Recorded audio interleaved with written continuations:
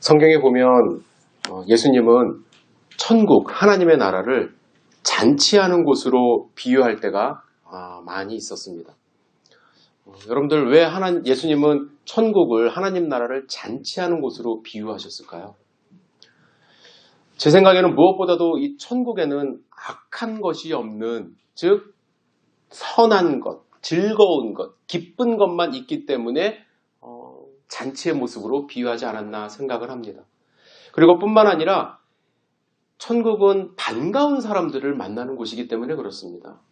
여러분과 저는 죽을 수밖에 없는 사람들 아닙니까?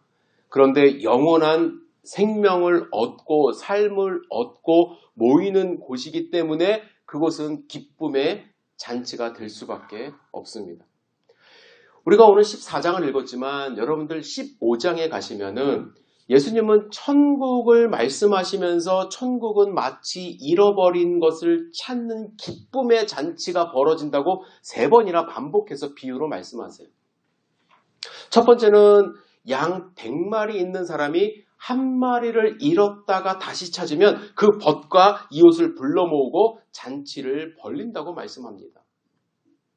그러면서 예수님이 말씀하시죠. 죄인 한 사람이 회개하면 하늘에서는 회개할 것 없는 의인 99으로 말미암아 기뻐하는 것보다 더하리라. 한 사람이 회개하면 그만큼 잔치가 벌어진다는 거예요. 또 비유로 말씀하십니다. 어떤 여자가 10드라크마가 있는데 하나를 잃어버렸어요. 등불을 켜고 집을 쓸며 찾아내기 열심히 부지런히 찾습니다. 마침내 찾았어요. 그러면 그 찾은 일로 말미암아 기뻐서 벗과 이웃을 불러 모으고 함께 즐깁니다. 잔치를 벌려요. 그게 천국이라는 거예요. 마지막으로 유명한 비유가 나오죠. 돌아온 탕자의 비유.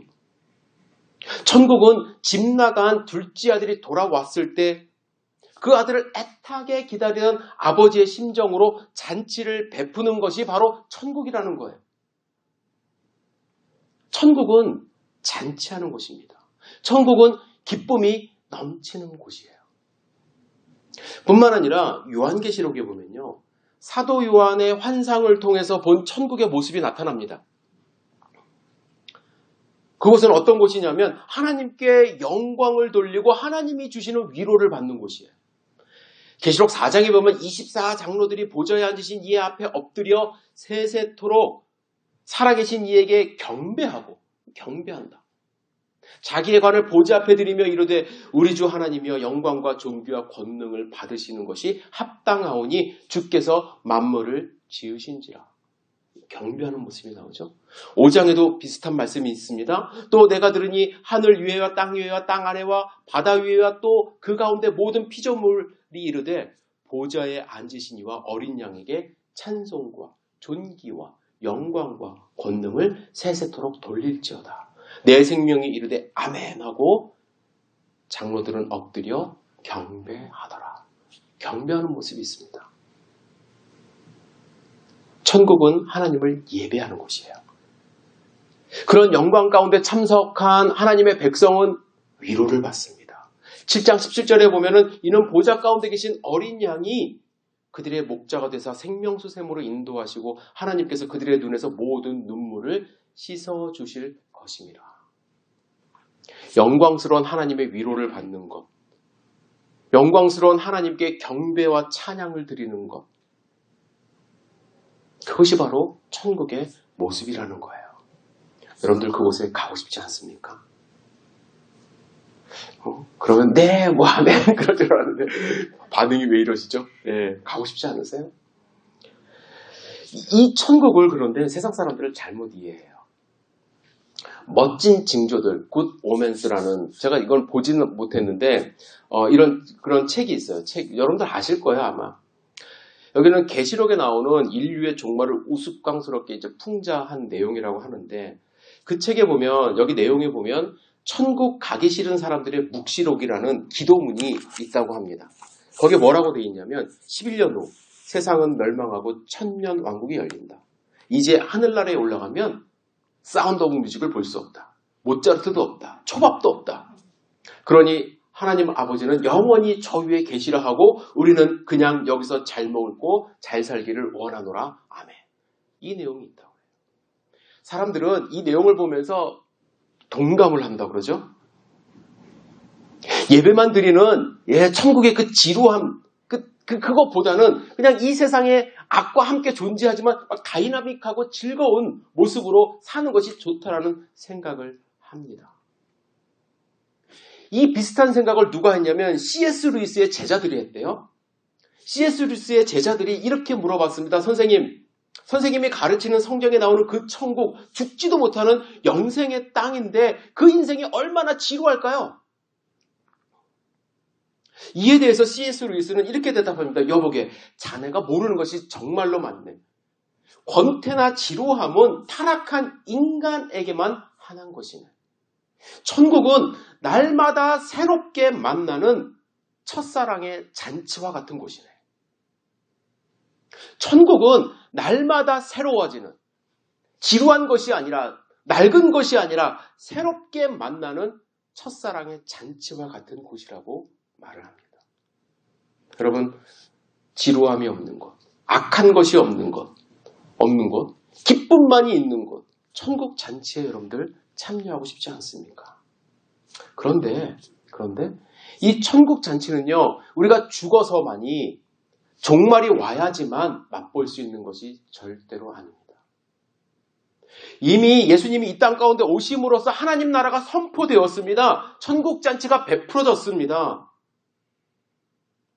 영원한 생명을 소유한 사람들이 모인 교회는 하나님이 원하시는 잔치의 모습이 되어야만 합니다. 우리의 가정과 우리의 삶이 하나님을 모시고 살기 때문에 천국의 모습으로 살아갈 수 있습니다. 하지만 현실은 어떻습니까? 여러분들 천국 잔치의 맛을 보는 삶을 살고 계십니까? 아니면 천국 잔치를 망치는 삶을 살고 있습니까?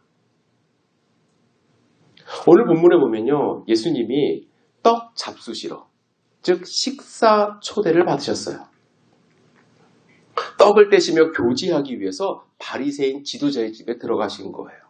그날은 마침 안식일이었습니다. 안식일은 정말 우리가 안식하면서 평안을 누리면서 하나님과 교제하고 성도가 교제하는 날 아닙니까?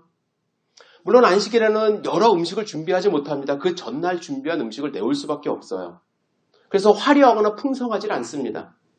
그러나 그곳에는 떡이 있고 음료수가 있고 테이블이 있고 손님이 있습니다. 그 자체로 너무나도 훌륭한 잔치가 될 수 있습니다. 그런데 그 장소는 더 이상 잔치가 아니었어요. 왜냐하면 유대인들이 예수님을 엿보고 있었기 때문에 그렇습니다. 엿보고 있었다. 엿본다는 것은 뭐냐면요, 문 뒤에서 집 밖에서 예수님을 이렇게 보는 것이 아니라 옆에 서서 본다는 거예요. 원어로 보면 옆에 서서. 예수님은 떡을 떼고 대화를 나누는데 옆에 서서 이 사람이 뭐하나 이러고 보는 거예요. 유대인들은요, 옆에 서 있으면 안 돼요. 식사할 때. 원래 이렇게 비스듬히 누워서 이렇게 편한 자세로 음식을 같이 먹어야만 합니다. 하지만 그들은 안식일의 식사를 통해서 예수님의 행동의 꼬투리를 지금 잡아야 되기 때문에 그 식사의 교제가, 잔치의 자리가 더 이상 기쁨이 있는 자리가 아니라 감시 속에 살벌한 분위기가 되는 그러한 자리가 된 거예요. 우리도 마찬가지예요. 예수님을 초대해서 식탁에서 풍성하진 않지만 떡을 떼며 나누며 교제하며 기쁨으로 웃고 삶을 나눌 수 있는데, 그것이 하나님이 우리를 향한 뜻인데 우리는 옆에 서서 팔짱을 끼고 엿보듯이 그 자리에 서 있을 수가 있어요. 여러분의 삶을 돌이켜보세요. 잔치의 삶이 이어지고 있나요? 솔직해질까요? 저는 잘 안 돼요. 저도 잘 안 돼요. 축제와 축복의 잔치 속에 들어가지 못하고 주변에서 그냥 팔짱 끼고 관망하는 자세로 살아갈 때가 많아요. 예수와 함께 즐기지 못하고요. 예수는 어떤 사람인가? 저 사람이 뭐라고 하나? 예수는 뭐 하는 사람인가? 저 사람이 뭐 이상한 짓 하지 않나? 6월 안식일에. 교회에서도 그렇고, 직장에서도 그렇고, 가정에서도 그렇고, 딴 사람이 나한테 뭐라 그러지 않나? 저 사람은 뭘 하고 있나? 저 사람의 말은 도대체 뭔가? 하나님은 여러분과 저를 천국 백성이라고 하셨는데, 자녀라고 불러주셨는데, 천국의 모습으로 살아가야 하는데, 우리의 삶이 정말 천국 잔치를 하면서 살아가고 있는지요?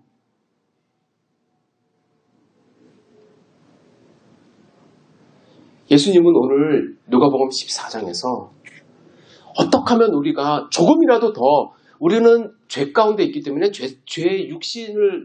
죄가 있는 육신을 갖고 살기 때문에 천국 가기 전까지는 완벽하진 않아요. 그러나 천국의 맛을 느낄 수 있는 방법을 몇 가지 제시해 주세요. 함께 배웠으면 좋겠는데, 첫 번째는 뭐냐면요, 예수님은 겸손하래요. 겸손하라. 잔치에 초청을 받았을 때 예수님이 말씀하시는 것이 있습니다. 높은 자리에 앉지 마라. 14장에 계속해서 나오는 말씀이에요. 왜냐하면 더 높은 사람이 오면 그 사람에게 자리를 내어줘야 되기 때문에. 그래서 처음부터 아예 낮은 자리에 앉으라. 그러면 청한 사람이 높은 곳으로 와서 앉으라고 하는데, 그때 기쁨과 영광이 있을 수 있다는 거예요. 예수님은 우리에게 처음 겸손을 당부하세요. 겸손하라. 여러분들 잘 생각해 보세요. 이 세상의 삶이 즐겁지 못한 이유 가운데 하나가 뭔지 아세요?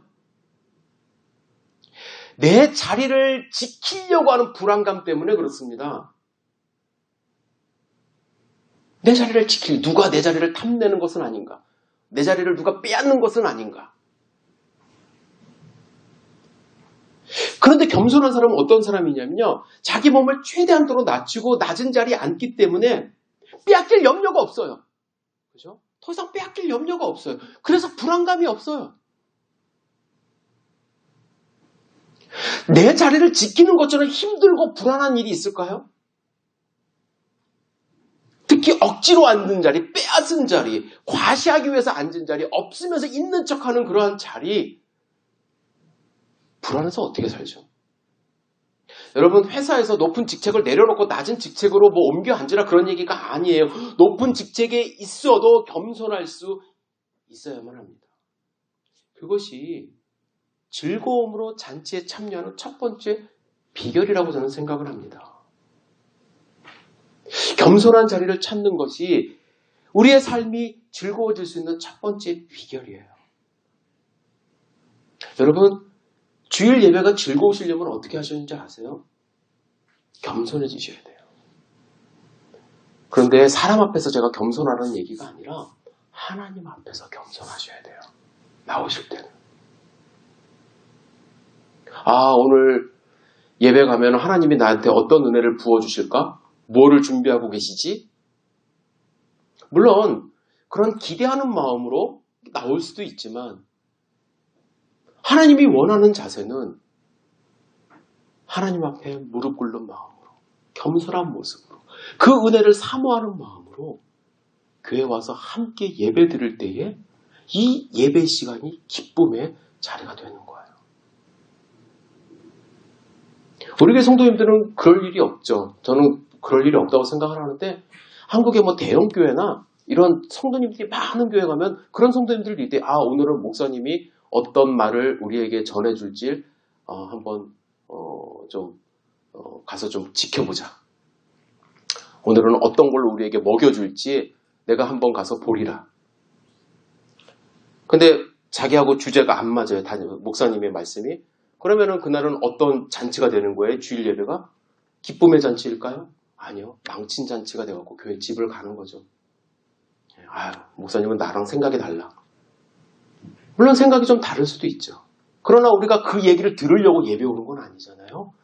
하나님께 겸손한 모습으로 이 시간을 드리기 위해서 왔기 때문에, 겸손함이 기쁨의 잔치의 비결입니다.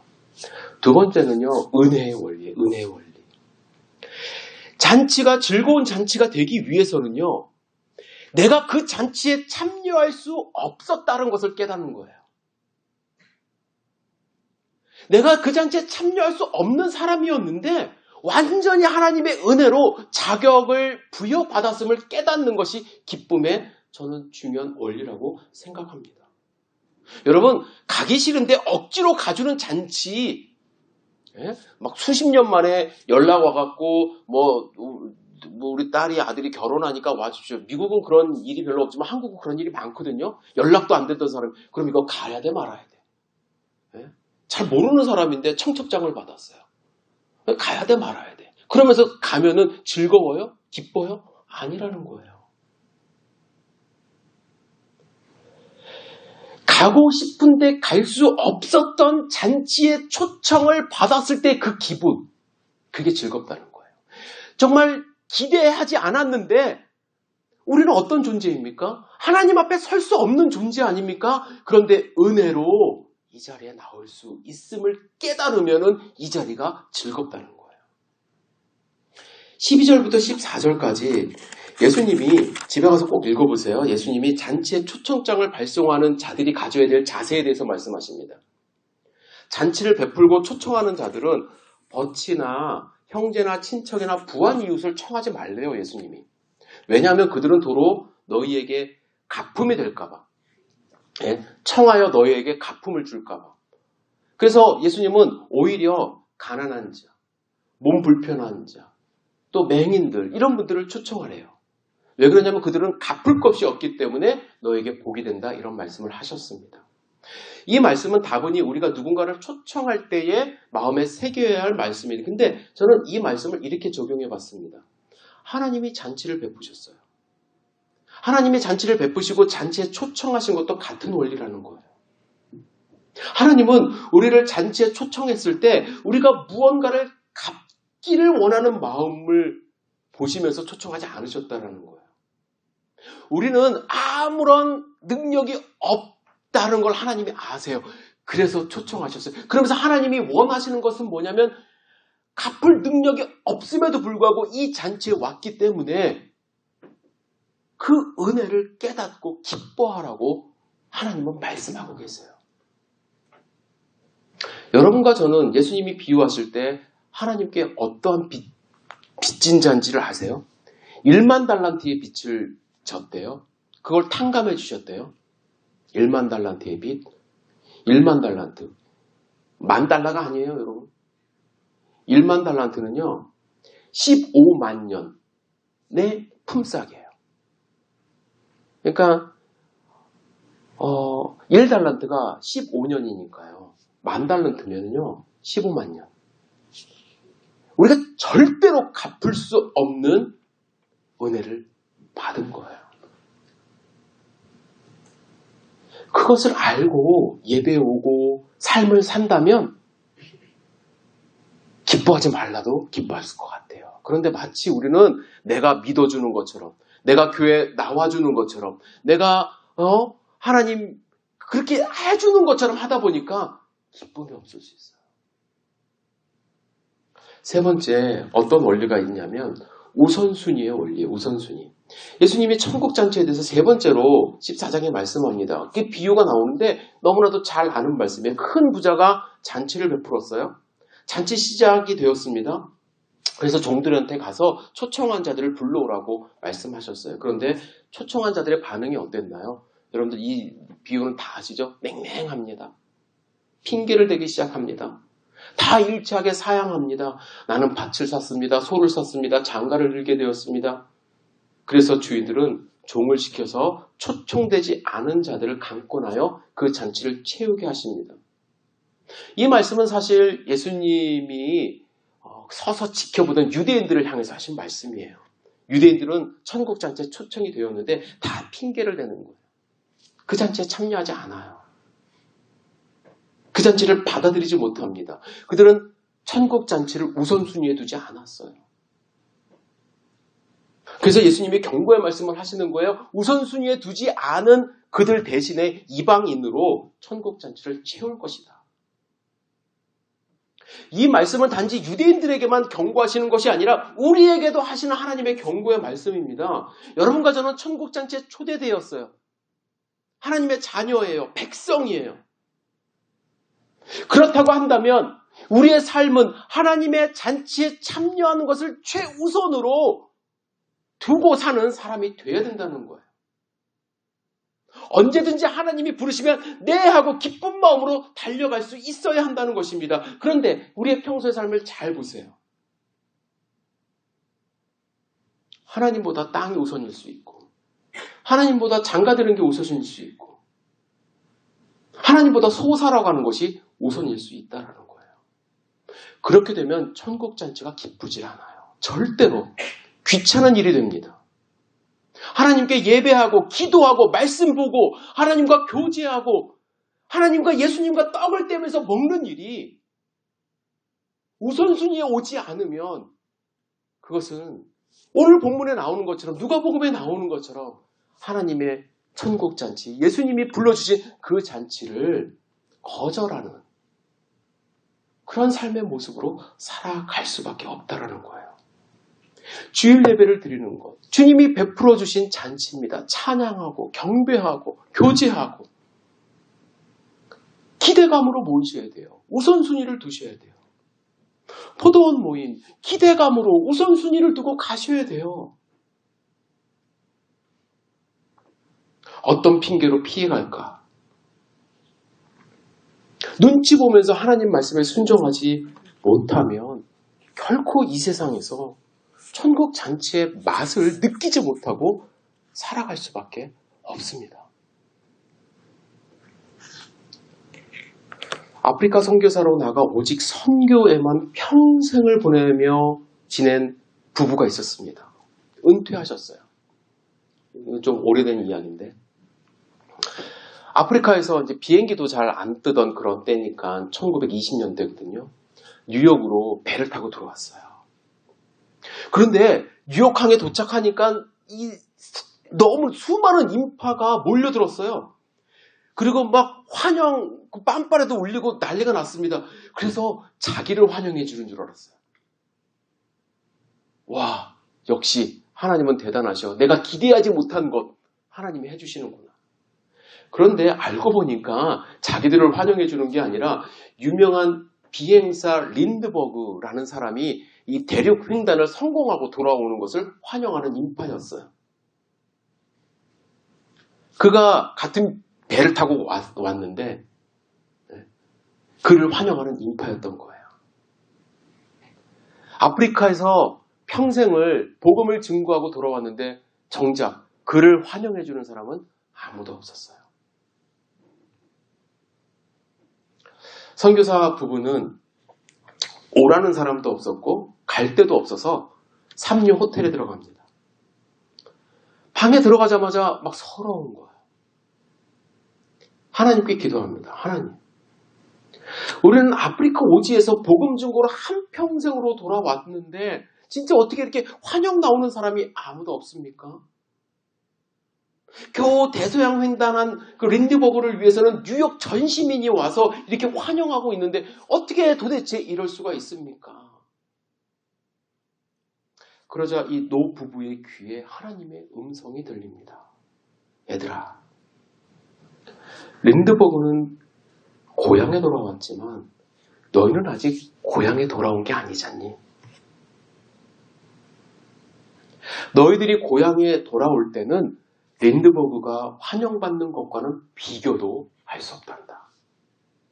그때는 너희를 환영하기 위해 천군 천사가 나팔을 불 것이고 먼저 천국에 와 있던 사람들 모두가 마중 나갈 것이며 내가 직접 너희들의 손을 잡고 인도할 것이다. 그때까지 참아라. 마음의 평안과 기쁨을 얻었다고 합니다. 우리의 삶의 현실은 환영 인파가 없을 수 있어요. 소외당할 수 있어요. 남이 더 큰 환영을 받을 수 있고 남이 더 위에 올라갈 수도 있습니다. 누구 하나 알아주지 않는 삶이 될 수도 있습니다. 그러나 여러분과 저는 분명히 알아야만 합니다. 우리는 천국의 소망을 가진 자들이에요. 하나님의 자녀들입니다. 예수님을 지금도 만날 수 있고 언제든지 그의 말씀을 들을 수 있는 사람들이에요. 그런데 우리는 그 기회를 자꾸 놓쳐요. 잡질 않아요. 천국의 삶을 하루하루 살아갈 수 있는데 그거를 자꾸 놓치면서 딴 것만 보면서 하나님께 불평불만 할 때가 있습니다. 사람은 실망감을 줄 수 있고요. 환경은 나쁠 수 있고 우리의 육신은 약해질 수 있고 더 악화될 수 있지만 그 과정 속에서 하나님의 음성을 듣기 시작하고 겸손해지고 은혜의 힘을 깨닫고 우선순위를 주님 앞에 놓는다면 분명히 우리의 삶은 과거보다는 기쁨이 충만하고 미래의 소망을 가지고 승리하며 살아가는 하루하루가 되리라고 저는 확신합니다. 열린교회 성도 여러분들 삶이 주님이 원하시는 천국의 잔치의 삶이 되기를